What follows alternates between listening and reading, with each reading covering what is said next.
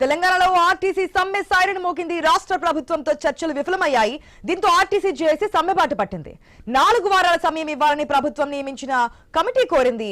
Committee ప్రతిపాదనకు RTC JAC ఒప్పుకోలేదు. 32 డిమాండ్లలో ఒక్కటి పరిష్కరించలేదని ఆగ్రహం వ్యక్తం చేసింది.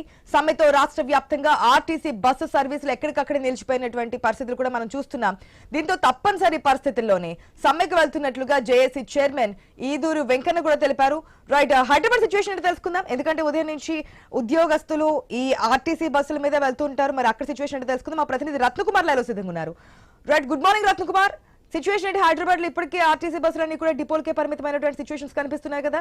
ప్రయాణికుల దగ్గర నుంచి వస్తున్నటువంటి ఆన్సర్ ఏంటి? అటుపక్క ఆర్టీసీ కార్మికుల దగ్గర నుంచి వస్తున్నటువంటి ఆన్సర్ ఏంటి? గుడ్ మార్నింగ్ ఆశ. దానికి ఆర్టీసీ కార్మికులు సమ్మె సైరన్ మోగించారు. తెలంగాణ రాష్ట్ర వ్యాప్తంగా ఆర్టీసీ బస్సులు డిపోలకే పరిమితం అయిపోయాయి. ప్రధానంగా హైదరాబాద్ మహానగరంలో ఎంజీబీఎస్ కావచ్చు, ఇమ్లిబన్, అలాగే లోకల్ గా ఉన్నటువంటి బస్ స్టేషన్లు ప్రతి ఒక్క చోట కూడా బస్సులన్నీ డిపోలకు మాత్రమే పరిమితం అయిపోయాయి. ఇప్పటికే ఆర్టీసీ కార్మికులు జేఏసీ నిన్న క్లియర్ గా తెలియజేసిన నేపథ్యంలోనే తమ 32 డిమాండ్లను అంటే సమ్మె నోటీసును ఇచ్చి నెల రోజులు దాటిపోయినప్పటికీ కూడా ప్రభుత్వం ఏమాత్రం పట్టించుకోలేదు. కనీసం చర్చలకు కూడా తమను పిలవలేదు అన్నటువంటి అసంతృప్తిని వ్యక్తం చేసిన తర్వాత నిన్న సాయంత్రం కొంతమంది ఐఏఎస్ అధికారుల నేతృత్వంలో ఒక కమిటీని ఏర్పాటు చేసి చర్చలకు ఆహ్వానించింది ప్రభుత్వం. చర్చలు సుదీర్ఘంగా దాదాపు 5 గంటల పాటు కొనసాగాయి.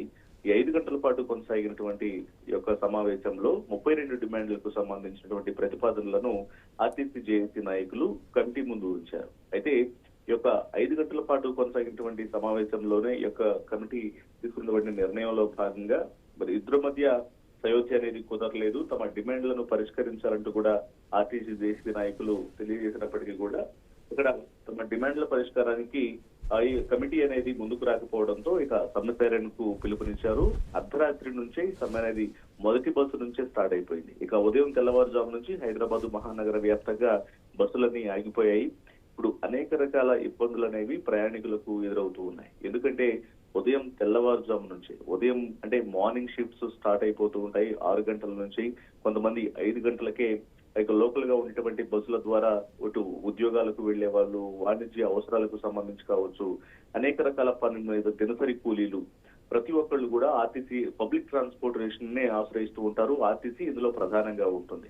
ఇప్పుడు ఎక్కడ బస్సులు అక్కడికే పరిమితం అవడం, డిపోలకు మాత్రమే పరిమితం అవడంతో అనేక రకాలుగా ఇబ్బందులు ఎదుర్కొంటూ ఉన్నారు. మరీ ముఖ్యంగా తెలంగాణ రాష్ట్ర వ్యాప్తంగా ఇతర జిల్లాలకు ప్రయాణాలు చేసే వారికి ప్రధాన బస్ స్టాండ్లైన ఎంజీబీఎస్, అలాగే ఇమ్లిబన్ బస్ స్టాండ్, అలాగే జేబీఎస్ ఇలాంటి బస్ స్టేషన్స్ నుంచి కొంత ఒక్క బస్సు కూడా బయటికి కదలకపోవడంతో అనేక రకాలుగా ఇబ్బందులు అనేవి ఎదుర్కొంటూ ఉన్నారు. దీనికి సంబంధించి ఆర్టీసీ ఎండి నాగిరెడ్డి కొంత పిలుపుని కూడా ఇవ్వటం జరిగింది.